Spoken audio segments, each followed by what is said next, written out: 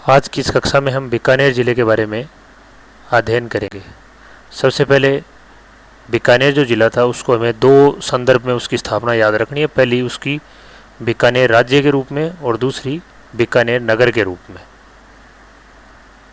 जो राव जोधा के पुत्र थे राव बिक्काजी, राव जोधा वही हैं जिन्होंने जोधपुर की स्थापना की थी और उनके पुत्र थे राव बिक्का। उन्होंने बीकानेर नगर बसाया।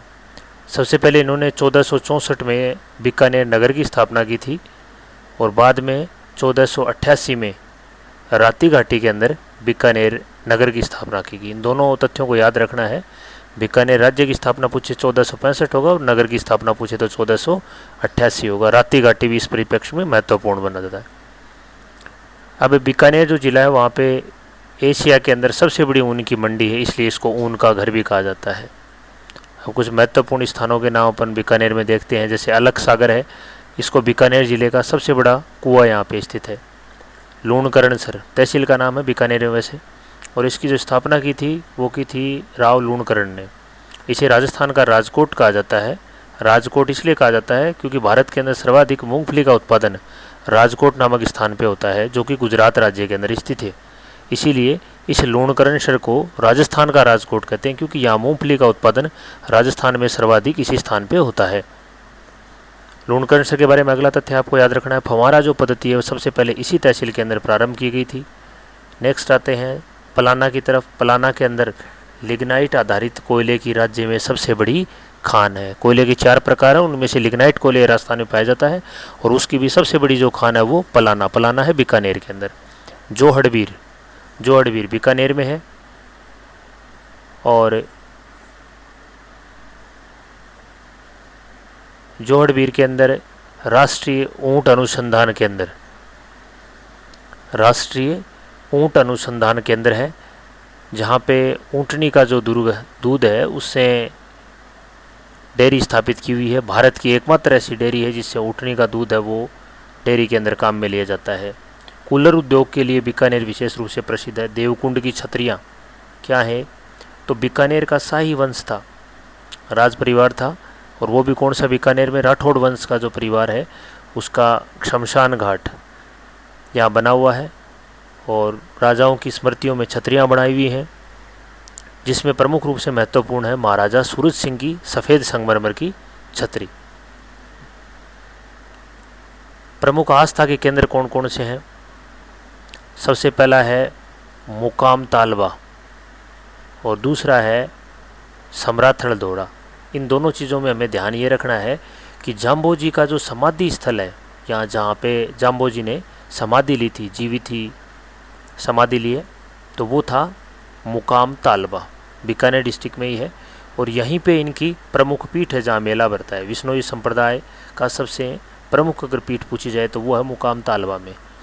और समराथल दौरा के बारे में आपको तथ्य याद रखने हैं कि यहाँ जाम्बोजी ने तपस्या की थी, ज्ञान की प्राप्ति भी यहीं हुई, प्रथम उपदेश भी यहीं दिया और विश्नोई संप्रदाय का जो प्रतिपादन है वो भी यहीं से किया था। जो 9 विश्नोइयों वाले नियम हैं वो भी यहीं दिए। अगला है लक्ष्मी नारायण का मंदिर, बीकानेर में स्थित है। राव लूणकरणसर। अब राव लूणकरणसर को आपको याद रखना है, कलयुग का इनको कर्ण कहा जाता है और ये उपाधि इनको दी थी बिट्ठू सूजा ने, और इसका जिक्र इन्होंने अपने ग्रंथ राव जेत सिरोछंद में किया है। बीकानेर के राठौड़ वंश के कुल देवता भी हैं। कौन? लक्ष्मी नारायण जो हैं ये राठौड़ वंश के कुल देवता हैं। आपको याद ये भी रखना है साथ ही साथ, जैसे कलयुग का कर्ण कहते हैं राव लूणकरणसर को, लेकिन राजपुताने का कर्ण अगर पूछा जाए तो वो है महाराज राय सिंह, और ये कहा था इनको राजपुताने का कर्ण देवी मुंशी प्रसाद ने। अगला हमारा आस्था का केंद्र है बांडासर जैन मंदिर। बांडासर जैन मंदिर भी बीकानेर में है। इसको कहा जाता है त्रिलोक दीपक प्रसाद मंदिर भी। और जैन धर्म के 5वें तीर्थंकर थे सुमतिनाथ, उनको ये समर्पित है। तो ये 4 बातें इनके बारे में आपको याद रख लेनी है। पहला, बीकानेर में त्रिलोक दीपक प्रसाद मंदिर कहते हैं, 5वें तीर्थंकर थे सुमतिनाथ, उनको समर्पित है। और इसके बारे में खास ये बात है कि इनकी जो नीम है उसके अंदर घी और नारियल डाला गया था, इसलिए घी और नारियल वाला मंदिर भी इसको कहा जाता है। अब प्रमुख दर्शनीय स्थलों में कोलायत झील आती है, वो बीकानेर में। गजनेर अभ्यारण्य भी बीकानेर के अंदर है। यहाँ पे बटबड़ पक्षी पाया जाता है, इसे रेत का तितर कहते हैं। और जंगली सुअरों के लिए गजनेर अभ्यारण्य प्रसिद्ध है। लालगढ़ पैलेस।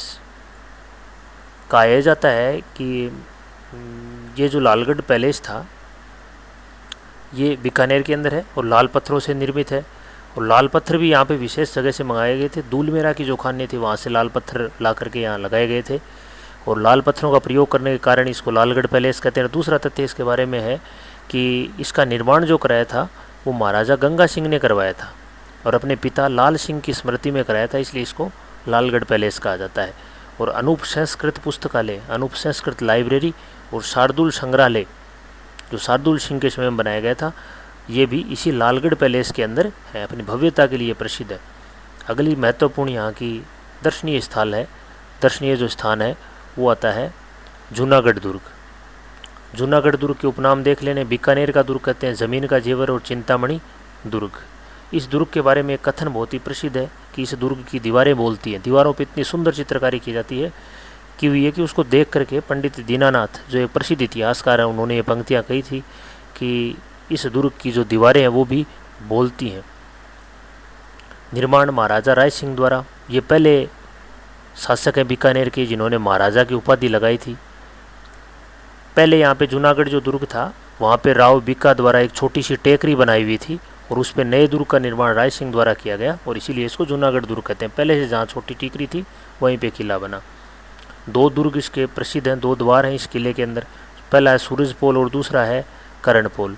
ये इस तरीके से समझे अपन कि ये जो जूनागढ़ का किला है उसके अंदर ये तो बाहर वाला पोल है और ये अंदर वाला पोल है। ये जो बाहर वाला पोल है उसका नाम तो है सूरजपोल और ये आएगा सूरजपोल। और जो अंदर वाला ये जो है यहाँ ये है कर्णपोल। इस सूरजपोल के अंदर तो आपको याद रखनी है 1567 का जो चित्तौड़ का साका हुआ था उसमें वीरगति को प्राप्त हुए थे जयमल और पत्ता। उनकी गजारूढ़ यानी हाथी पे विराजमान मूर्तियाँ इसके गेट के ऊपर दोनों तरफ यहाँ बनी हुई है। और दूसरी चीज़ आपको याद रखनी है कर्णपोल जो है उसके ऊपर है राय सिंह प्रशस्ति, जिसे जूनागढ़ प्रशस्ति के नाम से भी जाना जाता है, संस्कृत में लिखित है। तो ये दोनों बातें याद रखनी है। सूरजमल पोल के ऊपर तो है जयमल और पत्ता की गजारूढ़ मूर्तियाँ और कर्णपोल के ऊपर है राय सिंह प्रशस्ति और जूनागढ़ प्रशस्ति। हिंदू मुस्लिम संस्कृति का इसके ऊपर अच्छा समन्वय मिलता है।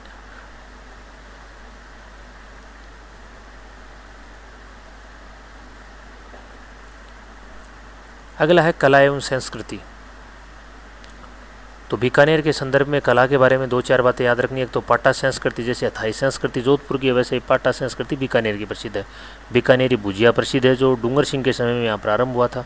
उस्ता कला ये विशेष रूप से याद रखनी है बीकानेर के संदर्भ में। बीकानेर के अंदर विशेष रूप से ऊँट के ऊपर जो उसके बाल हैं उन पर विशेष प्रकार की कलाकृतियाँ बनाई जाती हैं, उनको उस्ता कला कहते हैं। बनाने वाले जो कारीगर हैं वो उस्ताद कहलाते हैं। मथेरना जाति के थे और महाराजा अनूप सिंह के शासनकाल में बीकानेर आए थे। अब उस्ता कला जो है केवल ऊँट के बालों की कलाकृतियाँ नहीं होती है बल्कि इसमें भित्ति चित्र भी हैं और काष्ठ नक्काशी भी है। दो चीज़ें और आपको याद रखनी है, चित्रकला से इसका संबंध है ही।